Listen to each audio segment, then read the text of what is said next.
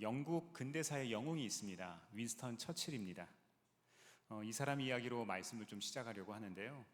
처칠은 영국뿐만 아니라 20세기 세계사를 바꿨던 위대한 지도자 중에 한 명이죠.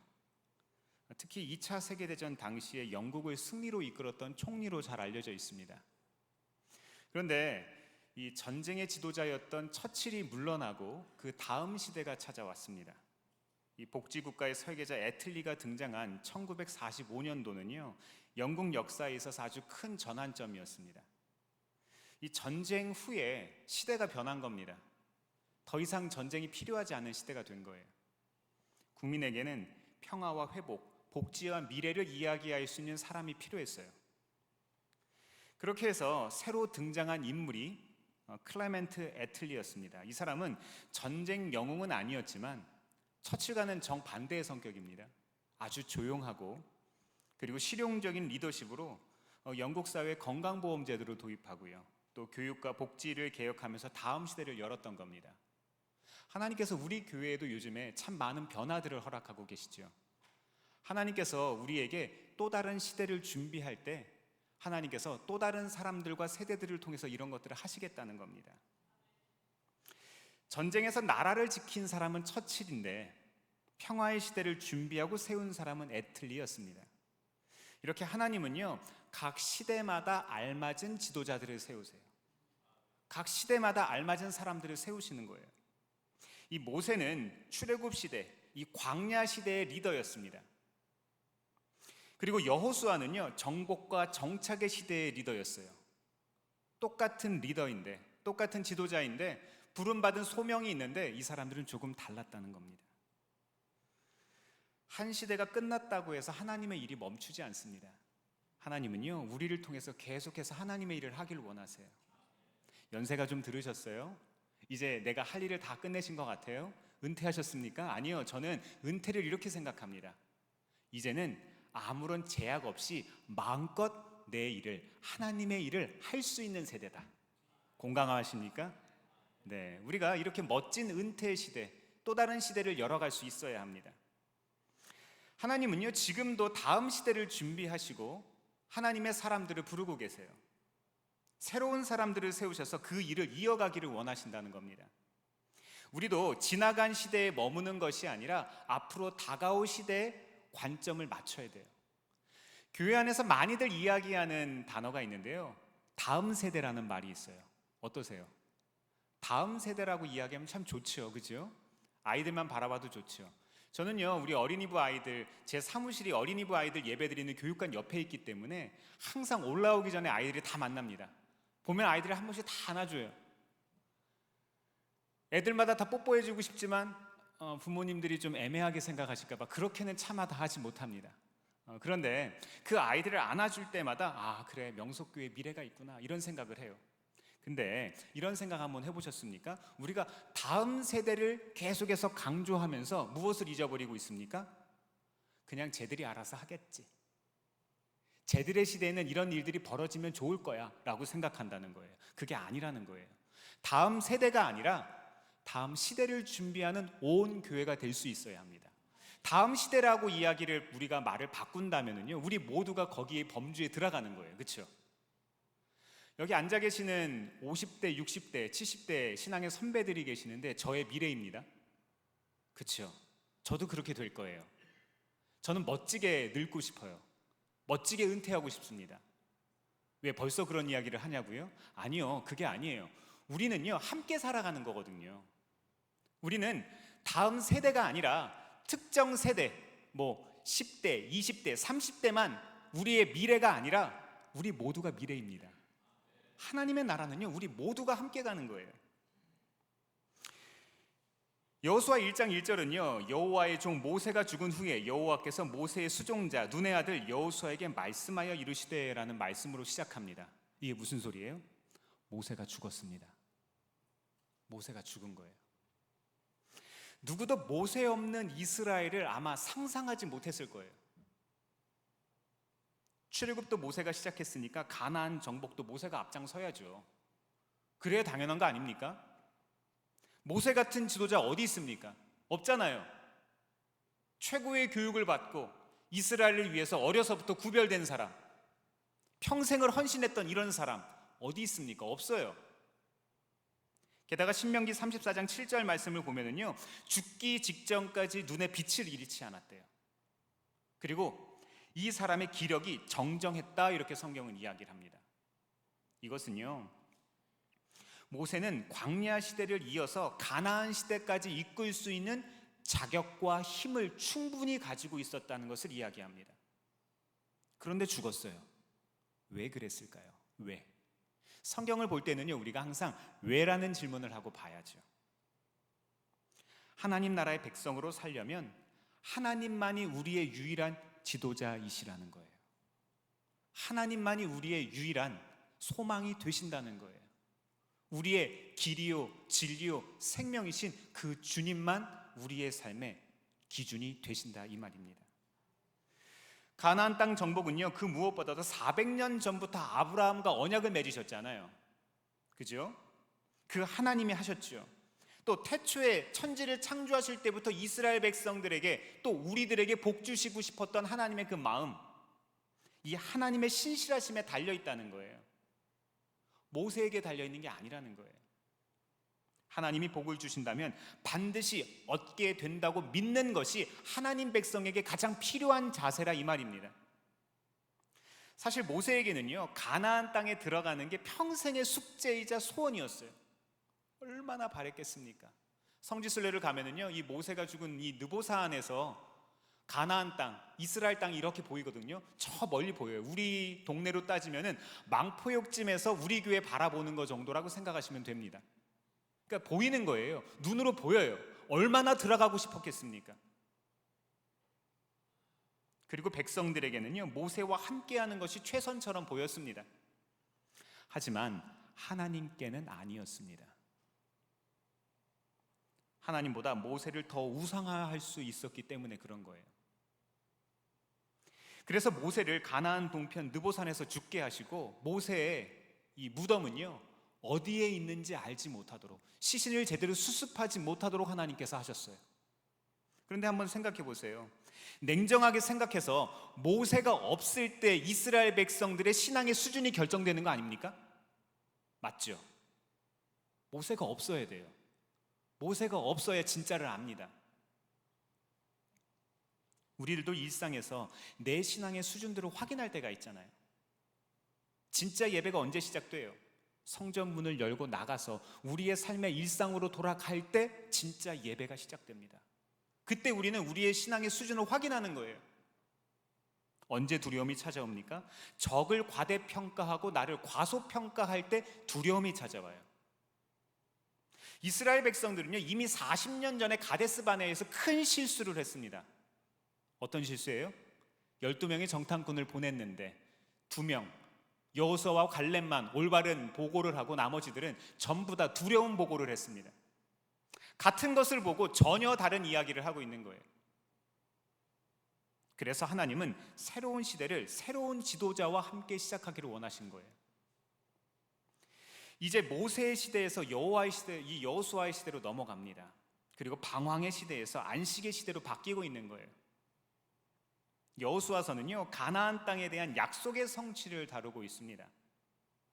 하나님의 약속을 받게 되는 실제적인 방식과 그 복을 누리는 백성의 정체성에 대한 이야기예요.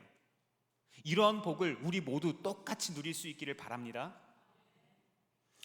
오경의 마지막 책인 이 신명기를 읽다 보면은요, 가나안 땅에 대한 이 약속의 말씀들이 아직 성취되지 않은 것으로 말씀이 끝나요. 그러니까 뒤에 어떤 말씀이 더 나와야 된다는 이야기죠.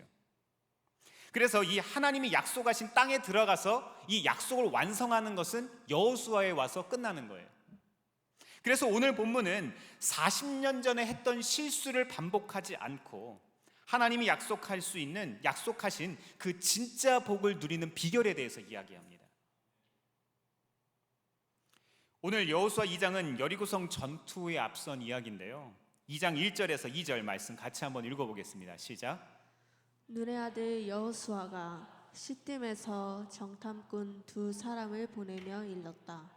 가서 몰래 그 땅을 정탐하여라. 특히 여리고 성을 잘 살펴라. 그들은 그곳을 떠나 어느 창녀의 집에 들어가 거기에서 묵었다. 그 집에는 이름이 라합이라고 하는 창녀가 살고 있었다. 그때에 여리고 왕은 이런 보고를 받았다. 아뢰입니다. 이스라엘 자손 가운데서 몇 사람이 오늘 밤에 이 모든 땅을 정탐하려고 이곳으로 왔습니다. 아멘. 첫 번째로 같은 실수를 반복하지 않으려면 어떻게 해야 될까요? 더 두려워할 것을 두려워해야 돼요. 여호수아가 2명의 정탐꾼을 가나안 땅으로 보냅니다. 이전에 자기 때는 12명이었는데 왜 이제는 2명만 보낼까요? 왜 그랬을까요? 그런 생각 안 해보셨어요? 여호수아는요, 누구보다도 하나님이 기뻐하실 만한 보고는 사람 수에 달려있지 않다고 믿은 사람입니다. 그래서 그런 거예요. 믿음의 사람은 많이 필요 없어요. 적은 수의 사람이라도 12명의 예수님의 제자가 세상을 변화시켰습니다. 여리고는요, 주전 800년경에 세워진 유서 깊은 성입니다. 고대 도시예요. 갈대아 우르와도 같이 굉장히 오래된 그런 도시입니다. 가나안 땅과 더불어서 성경은 여리고를 언급하고 있는데요, 이것은 전략적으로 이곳이 아주 중요하다고 알려주는 거예요. 어느 나라나 주요 군사시설은 경계가 아주 삼엄하죠. 아무나 들어갈 수가 없습니다. 이곳이 무너지면 큰 문제가 생기기 때문입니다. 역시나 이 정탐꾼들이 라합의 집에 숨어들었다는 사실이 금방 알려지게 됩니다. 이전과는 달라요. 여리고 왕은 곧바로 정탐꾼들을 찾아내기 위해서 사람들을 보냅니다. 이제 목숨이 경각에 달려있는 거예요. 모든 행동이 일사불란합니다. 금방이라도 잡힐 것 같아요. 어떻게 알았는지 라합의 집을 정확하게 알아서 찾아옵니다. 하지만 6절 말씀 보니까 라합이 정탐꾼들을 지붕에 널어놓은 이 세마포 더미에 숨겨놓습니다. 이 사람을 쌌던, 이렇게 칭칭 감았던 이렇게 옷 만드는 천 있죠? 이게 세마포입니다. 3대. 먼저 우리는 라합이 어떤 사람인지를 한번 좀 생각해 봐야 돼요. 라합, 이 사람 누굽니까? 기생으로 번역된 이시아조나라는 말에서 이 조나라는 말은요, 간음하다, 행음하다라는 그런 뜻을 가지고 있어요. 그러니까 새번역 성경에는 정확하게 이것을 창녀라고 번역을 합니다. 세상의 기득권과는 거리가 먼 우리보다 못한 사람이에요. 그리고 나중에 나오지만 이 사람이 어디 살고 있어요? 성벽에 살고 있어요. 이 여리고성은 2겹의 성벽으로 이루어져 있었거든요. 고고학자들이 발굴을 하니까 그래요. 그러니까 이 성벽이라고 하는 것은 사실 성을 방어하는 역할을 하고 관문의 역할을 하는데 거기에 살고 있다? 이 사람이 정말로 사회 주변부에 살고 있던 사람이라는 것을 알 수 있습니다. 세상의 기득권과는 거리가 멀었던 사람. 그런데 이곳 가나안 땅에서 하나님의 구원이 이 비천한 여인이었던 라합과 그 가정에 먼저 임하고 있습니다. 하나님의 구원은 그런 거예요. 이 팔레스타인에 가면은요, 이 과거의 집들은 지붕이 평평해서 무언가를 이렇게 널어놓고 작업을 하기가 참 좋았습니다. 그래서 곡식을 말리거나 저장하는 창고로 많이 쓰였대요. 이런 지붕 위라면 정탐꾼들이 숨기에 아주 적절했을 겁니다. 이 3대 더미, 이 세마포 더미를 막 쌓아놨으니까 그 아래다가 숨겨놓은 거죠, 사람들을. 라합은 정탐꾼들의 행방을 묻는 신하들에게 아주 재치 있는 답변을 합니다. 근데 한번 생각해 보세요. 지금 거짓말한 거 들통나면 어떻게 돼요? 이 사람은 출신 성분이, 이 사람은 사는 수준이 그렇게 좋은 사람이 아닙니다. 아무런 힘이 없어요. 소리 소문 없이 죽을 수 있어요. 아니요, 그 사람 말고 온 가족이 다 죽을 수도 있어요. 라합의 행동은요, 죽음을 각오한 겁니다. 어떻게 라합은 이렇게까지 극단적인 선택을 할 수 있었을까? 여호수아 2장 10절 같이 한번 볼까요? 시작. 당신들이 이집트에서 나올 때에 주님께서 당신들 앞에서 어떻게 홍해의 물을 마르게 하셨으며 또 당신들이 요단 강 동쪽에 있는 아모리 사람의 2왕 시온과 옥을 어떻게 전멸시켜서 희생제물로 바쳤는가 하는 소식을 우리가 들었기 때문입니다. 아멘. 당연히 라합은요, 여리고 왕이 두려웠을 거예요. 두렵습니다. 안 두려운 게 아니에요. 우리도 살다 보면 두려운 것들 많지 않습니까? 실직이 두렵죠. 입시 결과가 두렵죠. 관계가 두렵고 사는 것들이 뭐 하나 쉬운 게 없습니다. 하지만 하나님이 더 두려웠습니다. 이어서 11절 말씀 제가 읽어드리겠습니다. 우리는 그 말을 듣고 간담이 서늘했고 당신들 때문에 정신을 잃고 말았습니다. 위로는 하늘에서 아래는 땅 위에서 과연 주 당신들의 하나님만이 참 하나님이십니다. 하나님은 전쟁을 앞두고 이스라엘이 승리할 수 있는 비결을 이 라합의 고백으로부터 알려주신 거예요. 이런 고백이 있기를 바랍니다. 이런 고백이 살아있어야 돼요. 네, 두려워요. 내 상황은 지금 여전히 두렵지만 그 상황이 사라진 게 아니지만 그보다 더 두려운 존재가 있다는 거예요. 가나안 정복은요, 전략과 실력이 아니라 믿음에 달려있다는 증거예요. 사랑하는 성도 여러분, 환경은 우리를 제한하지만 하나님은 그 환경을 넘어서는 분이십니다. 하나님은 그분을 존중히 여기는 사람을 존중히 여기세요. 우리의 삶의 방향과 중심이 어디로 향하고 계십니까? 어디에 있으세요? 더 두려워해야 할 것을 두려워할 수 있기를 바랍니다. 두 번째로, 같은 실수를 또 우리가 반복하지 않으려면 어떻게 해야 될까요? 세상의 소리가 아니라 하나님의 소리를 들을 수 있어야 돼요. 여호수아 2장 8절에서 9절 같이 한번 읽어보겠습니다. 시작. 정탐꾼들이 잠들기 전에 라합은 지붕 위에 있는 그들에게 올라가서 말하였다. 나는 주님께서 이 땅을 당신들에게 주신 것을 압니다. 우리는 당신들 때문에 공포에 사로잡혀 있고 이 땅의 주민들은 모두 하나같이 당신들 때문에 간담이 서늘했습니다. 아멘. 이 왕의 신하들을 따돌리고 나서 이 라합은요, 기다렸다는 듯이 지붕으로 올라갑니다. 꼭 그때를 기다린 것 같아요. 그리고 자기가 알고 있던 사실을 이 사람들에게 고백합니다. 무슨 이야기일까요? 먼저 가나안 땅의 주권이, 이 땅의 주권이 하나님께 달려있다고 고백을 해요. 놀랍지 않습니까? 이 땅의 소유권자인 하나님께서 이미 이스라엘에게 그 땅을 주셨다는 것을 이 사람이 알고 있어요. 놀랍게도 하나님께서 과거에 이스라엘 백성들에게 약속하셨던 이야기를 지금 누가 하고 있어요? 이방인이 하고 있습니다. 우리가 진짜가 되면은요, 우리 주변의 사람들이 다 압니다. 다 알아요. 그들이 인생의 위기에 있을 때, 문제가 있을 때 우리에게 요청합니다. 날 위해서 좀 기도해줘. 네가 믿는 하나님은 진짜 살아계신 것 같다. 이런 얘기를 합니다. 게다가 말씀의 시제를 보니까요, 완료형으로 이야기하고 있습니다. 홍해를 갈랐던 사건이 무려 40년도 더 전에 일어났던 일이에요. 그죠? 40년 전에 이 라합이 살아있지 않았을 거예요. 아마 어렸을 수도 있고 이 땅에 존재하지 않았을 거예요, 나이가. 그런데 이 사람이 그 이야기를 고백하고 있다는 거예요.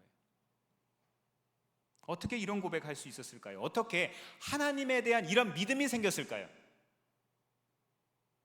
10절 마지막에 보면은요, 소식을 들었다는 표현이 나옵니다. 네, 그렇습니다. 라합은요, 진짜 소리와 가짜 소리를 구분할 수 있는 사람이었어요. 그리고 이 라합은 하나님의 소식, 즉 복음을 들은 것으로부터 그의 믿음이 성장하기 시작했습니다. 로마서 10장 17절은 우리에게 이런 이야기를 합니다. 믿음은 들음에서 나며 들음은 그리스도의 말씀으로 말미암았느니라. 그렇죠. 세상보다 하나님을 더 크게 여길 수 있는 믿음은요, 들어야 생깁니다. 말씀의 자리에, 믿음의 자리에 우리가 머무를 수 있어야 한다는 거예요. 12절 말씀에 보니까요, 라합은 이런 신앙 고백의 근거에서 정탐꾼들에게 언약 체결을 제안을 합니다. 자기뿐만 아니라 가족 전체를 언약 체결의 대상에 포함시키는 거예요. 그러니까 저 같으면 나만 살려달라고 겨우 이야기할 수 있을 것 같은데 그게 아니라 우리 가족을 다 살려달라는 거예요. 어떻게 이런 사람이 있죠? 천국은 침노하는 자의 것이에요. 믿음대로 됩니다. 우리 기독교 신앙은요, 개인의 신앙 고백에 근거하죠. 하지만 한 사람의 믿음이 온 가족을 구원시킬 수 있는 열쇠가 된다는 거 믿으십니까?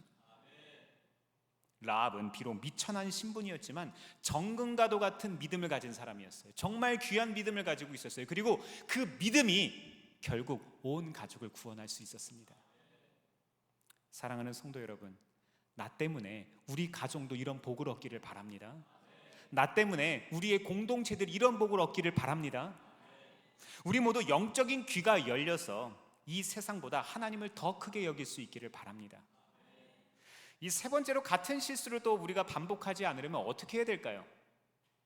지금 할 수 있는 것을 해야 합니다. 여호수아 2장 15절에서 16절 같이 읽어볼까요? 시작.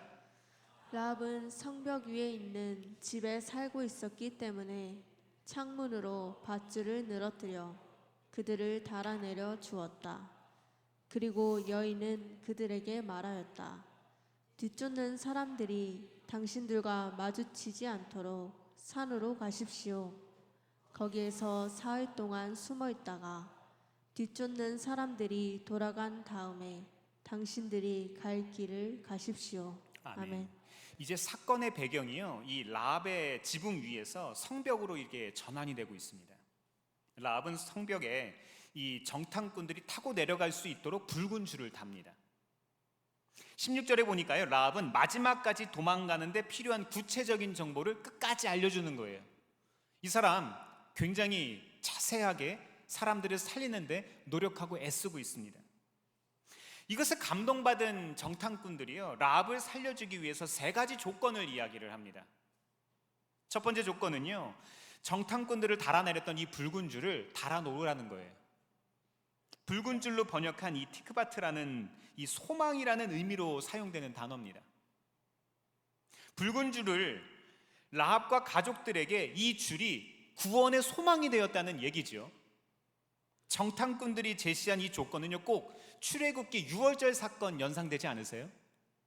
넘어가는 것, 어린 양의 피 같은 예수 그리스도를 통한 구원이 복선으로 깔려 있는 거예요. 그리고 이 두 번째 조건은요, 이스라엘이 여리고를 공격할 때 가족들이 집 안에 있으라는 거예요. 만약 약속을 어기고 집 문 밖에를 나가면은요, 그 책임은 라합과 가족들에게 있을 거라고 이야기를 합니다. 은혜 안에 머물라는 것이지요. 하나님의 은혜의 집 안에, 그곳이 몸을 팔고 있던, 정말로 어떻게 보면 사회의 주변부에 살아갈 수밖에 없었던, 낮은 자의 자리에 있을 수밖에 없었던 그런 장소라 하더라도 하나님의 은혜가 임하면 그곳이 은혜의 자리가 됩니다. 그런 거예요. 집에 머물라는 명령도 이 출애굽 6월절 사건을 또 떠오르게 합니다. 예수님의 족보에 올라가는 영광을 누렸던 이 라합과 예수님을 연결하는 모티브가 되는 거죠. 세 번째 조건은요, 비밀을 지키라는 거예요. 비밀. 자기들이 떠난 이후에도 여리고 왕에게 알려서는 안 된다고 이야기를 합니다. 만약 이 조건을 어긴다면 어떻게 돼요? 당연히 무효가 됩니다. 이거는요, 하나님의 백성으로 살아가는 것에는 진실성이 중요하다는 거예요. 세상의 사람들은요, 교회 밖의 사람들은 다 알아요. 우리가 얼마나 진실한지, 얼마나 한결같은지, 저처럼 겉과 속이 같은지 다 아는 거예요. 그렇죠? 우리에겐 그런 마음이 참 중요합니다. 이어서 라합은요, 지금 내가 할 수 있는 일을 하고 있습니다. 뭘 하고 있죠? 붉은 줄, 그 붉은 줄을 달아서 사람을 내리고 있습니다. 사람 살리는 일을 감당하면서 이 조건들을 성실하게 지키는 거예요. 하나님은요, 우리들에게 무언가 조건을 다실 때, 이야기를 하실 때 결코 우리가 지킬 수 없는 것들을 이야기하시지 않습니다. 사람이 감당할 만한 시험 외에는 우리에게 주신 적이 없다잖아요. 라합의 이야기는요, 이 정탐꾼들이 귀환을 보고하는 것으로 끝을 맺습니다. 23절에서 24절 말씀 같이 읽어볼까요? 시작. 그들이 여호수아에게 말하였다. 주님께서 그 땅을 모두 우리 손에 넘겨주셨으므로 그 땅의 모든 주민이 우리를 무서워하고 있습니다. 아멘. 이 말씀은 어떤 의미입니까? 가나안 정복 전쟁을 앞두고요, 하나님은 의도적으로 민수기에 있었던 정탐꾼들과 지금의 이야기를 비교하고 계시는 거예요. 지금 오버랩되고 있는 거예요. 40년 전에 가데스 바네아에서 이 정탐꾼들이 잘못 보고해서 이스라엘 백성들의 마음이 녹아내렸습니다. 그런데 지금 오늘 본문에 보니까 이 가나안 사람들의 마음이 녹아내렸다는 말이 2번 등장합니다. 이것은 무슨 얘기예요? 40년 뒤 오늘 정탐꾼들의 보고로 하나님의 사람이 아니라 가나안 사람들의 마음이 녹아내리고 있습니다. 상황이 완전히 역전된 거예요. 이전 세대에게 가나안 땅은요, 하나님의 약속을 받기 위해서 꼭 가야만 하는 곳이었어요. 근데 이 사람들이 광야 40년을 지나면서 무엇을 배웠습니까? 가나안 땅이 목적이 아니라 하나님이 우리의 삶의 목적이시구나. 가나안 땅에 들어가야 우리의 삶에 복이 있는 것이 아니라 하나님과 동행하는 것이 복이구나. 이것을 깨달은 거예요. 우리의 삶에 어떤 목적이 있으십니까? 뭐 좋은 직장 들어가길 원하세요? 좋은 학교? 좋은 사람과 결혼하는 거? 인생의 이순양명하는 것들이 우리의 목표입니까? 근데 그것은 하나의 과정일 뿐이지 하나의 결과가 되어서는 안 된다는 거예요. 많은 사람들은 결과를 하나님이라고 하는, 하나님과 동행이라고 하는 그 결과를 잊어버리고 과정만 중요하게 생각하는 거예요. 만약 그렇다면 우리가 약 100년 뒤에 하나님 나라에 가서 하나님과 동행할 수 있겠습니까? 영원히? 그곳은 하나님과 영원히 동행하는 곳입니다. 금은보화를 누리는 곳이 아니잖아요.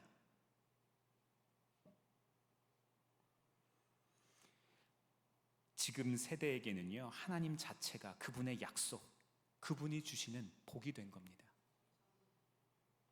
하나님과 동행하는 법을 배운 이 백성들에게 가나안은요, 당연히 우리 소유가 된 거예요. 당연한 거예요. 이 사실을 확인하러 떠나는 이 위대한 시작에 라합이라고 하는 이 비천한 여인의 위대한 신앙 고백이 있는 거예요. 한 여인의 믿음이 과거의 실패를 성공으로 돌리게 하는 열쇠가 되고 있습니다. 어떻게 보면요, 이 여인의 행동 하나가 자기의 가족만 구원한 것이 아니라 이스라엘 백성 자체를 구원한 거예요. 그런 의미에서 라합은 영적인 사람이고 예언자적인 사람이에요. 라합은 후에 누구의 어머니가 됩니까? 보아스의 어머니가 되죠. 다윗 왕과 메시아의 계보를 이루는 영광을 얻게 됩니다.